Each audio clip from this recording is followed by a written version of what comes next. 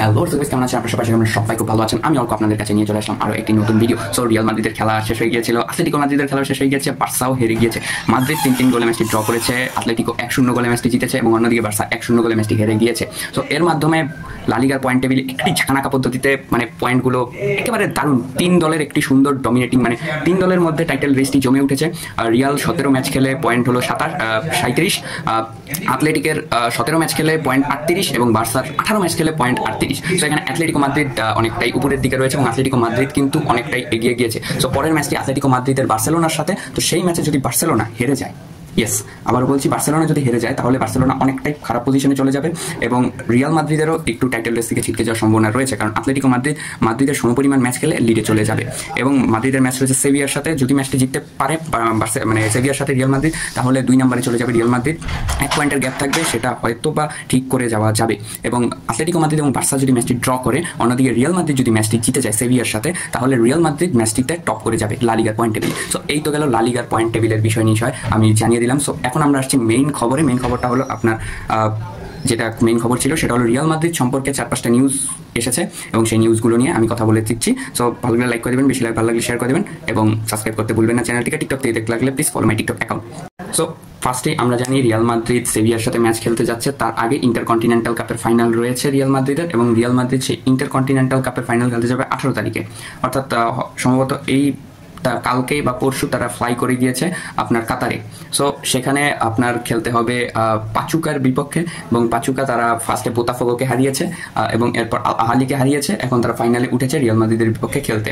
So সেখানে একটি news এসেছে যে রিয়াল মাদ্রিদের হয়ে বোথ ভিনিসিয়াস, কামাভিঙ্গা, বেলিংহাম এই 3 জনের কনফার্মেশন পাওয়া গেছে যে তারা স্টার্ট করছে। এবং আরেকটা কনফার্মেশন যেটা পাওয়া গেছে সেটা হলো এমবাপ্পেকে দলে রাখা হয়েছে, মেইন একাদশে হয়তো জায়গা পাবে না, বাট বেঞ্চে সে জায়গা পাচ্ছে। এবং তার সাথে আপনার সেখানে আরও কিছু ইনজুরিযুক্ত প্লেয়ার, যেমন আমাদের ডেভিড আলাবা, এরপর আমাদের ইদার মিলিতাও এবং আমাদের দানি কারবাহাল, সেবায়োস, এদেরও সেখানে জায়গা হয়েছে। একাদশে না হলেও বেঞ্চে তারা থাকতে পারবে। সো এটাই ছিল ছোটোখাটো একটা নিউজ। যাই পরের নিউজে। সো এরপরের যে নিউজটা, এটা একটু দুঃখের নিউজ, যেটা আমাকে অনেকটা হার্ট করেছে। যে রিটায়ারমেন্ট সবসময় হার্ট করে, যখন সেটা কারিম বেনজেমার মতো একটা প্লেয়ারের রিটায়ারমেন্টের নিউজ শোনা যায় তখন জিনিসটা আরও বেশি হার্ট করে মানুষকে। কারিম বেনজেমা এই সিজনের পর সৌদি আরবের ক্লাব আল ইতিহাদে খেলছিলেন এবং এই সিজনের পর তিনি অফিসিয়ালি রিটায়ারমেন্টের ঘোষণা দিয়ে দিয়েছেন। এই সিজন শেষ হলে এই সামারে তিনি রিটায়ারমেন্টে চলে যাবেন। এবং আরেকটা নিউজ পাশাপাশি যেটা রয়েছে, কারিম বেনজেমা রিটায়ার্ডে যাওয়ার পর অফিসিয়াল হয়ে যাবেন, রিয়াল মাদ্রিদের একজন অফিসিয়াল হিসেবে দায়িত্ব নিচ্ছেন এবং তার পদটা সম্ভবত এখন শিওরলি জানা যায়নি, তবে কিছু হয়তো আপডেটটা চলে আসবে। আমি যখন ভিডিওটা বানাচ্ছি তখন আপডেটটা পাইনি, কিন্তু যখন আপডেটটা পেয়ে দিব হয়তো আপনারা সাইডে দেখে নিতে পারেন তার পদটা কী থাকবে। সো চলুন আমরা আমাদের নেক্সট যেই খবর আছে সেই খবরে চলে যাই। আমাদের নেক্সট যে খবরটা রয়েছে সেটা হলো নিউ প্লেয়ার সাইনিং।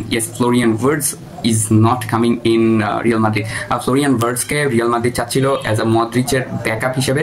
মদ্রিচ যদি চলে যায় তখন তাদের সিএম পজিশনে খেলানোর জন্য ফ্লোরিয়ান ভার্টজকে চাচ্ছিল, এই জার্মান মিডফিল্ডারকে।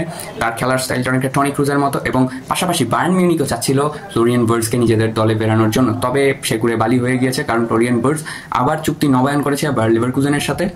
অর্থাৎ তিনি এই সামার উইন্ডো পর্যন্ত পুরোটাই বায়ার লেভারকুজেনের সাথে খেলবেন এবং সামারের পর থেকে আবারও তিনি বায়ার লেভারকুজেনের সাথে আরও 1 সিজন বৃদ্ধি করেছেন, অর্থাৎ প্রায় আপনার 2 সিজনের মতো এখনও বায়ার লেভারকুজেনের হয়ে খেলবেন ফ্লোরিয়ান ভার্টজ।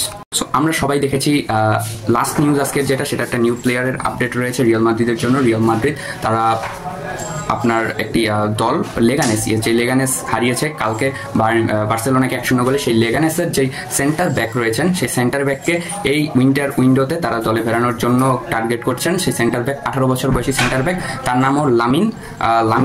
আমি নামটা দিয়ে দিব। সেই লামিন 18 বছর বয়সী সেন্টার ব্যাককে তারা দলে ফেরানোর জন্য বিট করবেন। সংখ্যা, টাকার অঙ্কটা এখনো শিওর করা হয়নি, তবে তিনি হতে যাচ্ছেন আমাদের নিউ সেন্টার ব্যাক।